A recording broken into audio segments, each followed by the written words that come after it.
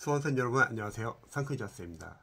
이번 영상은 25년 국가직 지방직 이제 목표로 시험을 보시는 이제 공시생분들에게 저는 이제 영어를 공부할 때 보통 뭐 하프 모의고사나 강사님들의 다양한 동형 모의고사를 이제 가지고서 공부하시는 분 많이 계실 거예요. 근데 제가 한 10년 이상을 이제 공무원 영어 과외를 하면서 느낀 점은 영어 하프 모의고사랑 동형 모의고사는 안 푸셔도 될 것 같아요. 다양한 이유가 있습니다.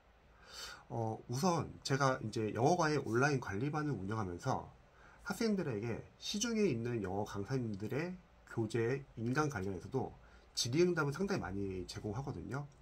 그런데 강사님들의 그 교재의 문제를 봤을 때는요, 지금 현재 개정된 공무원 영어에 비해서 너무 어려운 교재들도 많고요. 그리고 문제의 질이 별로 좋지가 않습니다. 차라리 저는 공무원 영어 이제 개정된 것을 이제 시험 보시는 분들에게는 뭐 자이스토리 독해, 자이스토리 독해는 이제 신유형도 여러분들이 대비를 할 수 있고, 무엇보다 수능 같은 경우는 평가원에서 만든 모의고사와 이제 수능 문제들이 질이 상당히 좋거든요. 그리고 공무원은요, 공무원 영어 연도별 기출을 추천합니다. 실제 출제위원이 낸 문제들이 문제의 질이 상당히 좋아요. 그리고 강사님들은 적중률을 높여야 하기 때문에 모의고사를 풀어보면 상당히 지역적인 포인트가 많습니다.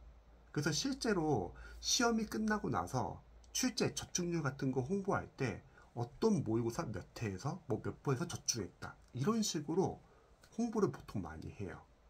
근데 제가 생각했을 때는 현재 공무원 영어가 이제 개정이 되면서 난이도는 이전보다 더 쉬워졌습니다. 물론 실제 수험생들이 시험장에서 푸는 체감 난이도는 높을 수밖에 없어요. 왜 높죠? 공무원 수험생들이 영어만 푸는 게 아니라 국어, 영어, 한국사, 뭐 행정법, 행정학, 전공 과목을 5과목을 100분에서 110분 안에 정신없이 풀기 때문에 영어는 어렵게 느껴질 수밖에 없습니다. 예를 들어서 국어가 어렵게 나와요. 그럼 국어 어려운 문제 풀고 나서 영어를 풀잖아요. 맨정신에 잘 못 풀어요. 그리고 또 빨리 읽잖아요. 그러면 정신없이 풀다 보니까 당연히 영어 과목은 어려울 수밖에 없습니다. 근데 문제는 뭐냐면 개정된 영어가, 공무원 영어가 좀 쉬워졌어요. 그 말은 합격 컷은 또는 합격선은 높아질 수밖에 없는 겁니다. 그래서 저는 수험생들이 난들이 뭐 하프모의사 푼다, 난들이 뭐 동형모의사 푼다, 너무 그런 거에 신경 쓰지 마시고요. 막판에는 공무원 영어 연도별 기출을 푸시기 바랍니다. 강사님들은 보통 연도별 기출이 아니라 뭐 유형별 기출 또는 단원별 기출로 나가는데 그 양은 너무 적고요. 특히 영어는 우리가 20문제 푸는 연습을 막판에 해야 합니다. 어휘, 문법, 생활영어, 독해 20문제가 있는 문제로 여러분들 푸셔야지 뭐 유형별로 풀거나 그걸로는 기출을 여러분들이 제대로 활용할 수 없고요. 특히 기출의 양이 상당히 많습니다. 저는 개인적으로 2010년도에서 2024년 기출을 풀어보기를 추천드려요. 2010년도에서 2014년은 너무 오래된 기출 아니냐. 그런데 영어는 사실 크게 개정이라는 게 없어요. 어떤 새로운 개념이 나오지는 않습니다. 보통 있는 형태에서 계속 바꿔서 나올 뿐이죠. 그리고 이제 나왔던 포인트들이 계속 나옵니다. 특히 어휘, 생활영어, 문법은요. 그래서 기출이 중요한 거예요. 독해는 어떨까요?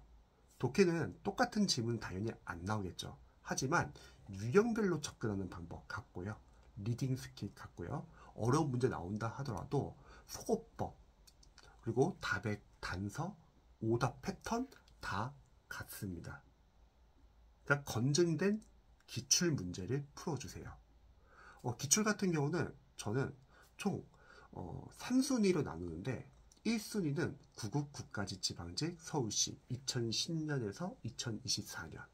그 2순위는 이제 구급과 약간 좀 비슷한 난이도의 문제들. 사회복지직, 교육행정지. 옛날 예전에는 이제 이렇게 진영을 좀 나눠서 시험이 있었거든요. 그리고 막 법원직, 국회, 구급, 기상직, 그리고 경찰 공무원.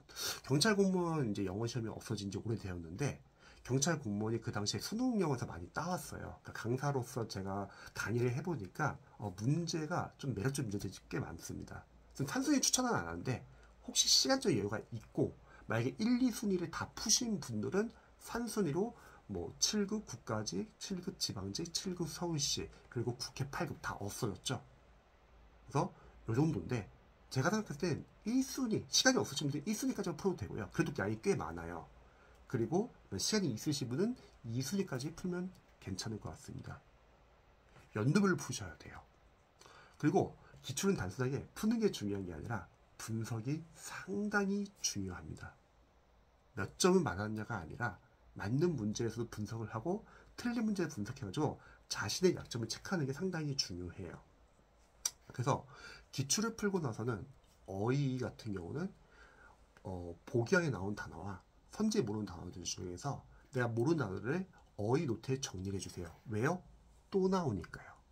문법은 맞는 선지, 틀린 선지 각각 옆에다 출제 포인트를 적어보고 자신의 문법 이론서 단권화에 빠진 내용을 적어주세요. 왜요? 또 나오니까. 생활영어는 예전에는 생활영어가 어떤 지문을 읽고서 문맥상 알맞은 걸 넣는 거와 그리고 관용어 같은 걸 넣는 거 많이 나왔는데 다행히 이번 개정된 거에서는 어쨌든 예시로 제공된 거나 작년 기출을 봤을 때는 관용어는 그렇게 많이 묻지는 않고요. 보통 해석을 풀 수 있는 문제를 많이 묻습니다. 근데 관용어가 나올 수도 있고 안 나올 수도 있잖아요. 그러면 어떡하죠? 기출에 나온 표현들만 여러분들이 정리하셔서 암기하면 되죠. 저는 온라인 관련해서 다 제공을 하거든요. 그리고 독해는 여러분들이 풀고 나서 이런 연습을 해주셔야죠. 첫 번째, 각 유형별로 어떤 식으로 접근해야 되는지 분석하고, 그리고 지문 안에서 답의 단서가 어디에 있는지. 공무원 영어가 수능 영어 독해에 비해서 상당히 수월한 건요. 수능 영어 독해는 많이 어려워졌어요.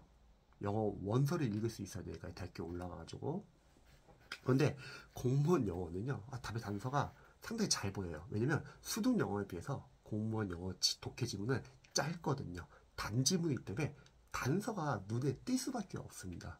그래서 저는 영어 독해 잘하는 비결은 완벽하게 이해하고 해석해서 푸는 것보다는 단서 찾기로 접근하세요. 그러면 훨씬 쉬워집니다. 그리고 오답은 왜 오답인지를 분석하는 거예요. 취재자 입장에서.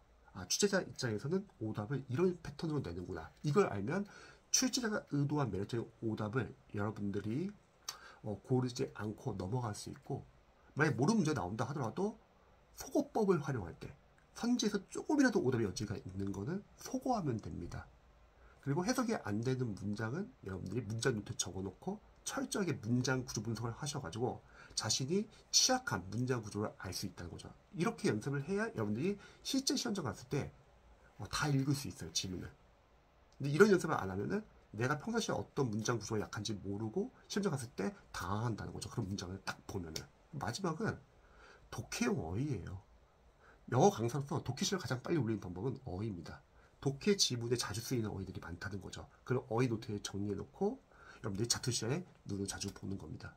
그러니까 영어 기출은요, 여러분들 단순하게 몇 점이 나왔다? 본인이 잘 아는 게 나오면 많이 맞는 거고, 본인이 약한 부분이 나오면 많이 틀린 건데, 그게 중요한 게 아니라 분석을 해가지고 계속 약점을 체크하고 보완해줘야 합니다. 근데 이렇게 공부하시는 분들이 많지가 않아요. 그냥 풀고 넘어간다는 거죠. 제일 큰 문제, 영어 연도별 기출도 제대로 안 푸신 분들이 하프 모의고사나 동영 모의고사 넘어가는 경우가 너무 많습니다. 필요 없어요.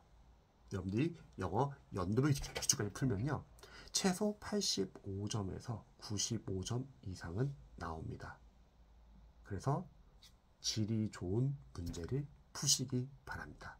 영상 봐주셔서 감사합니다.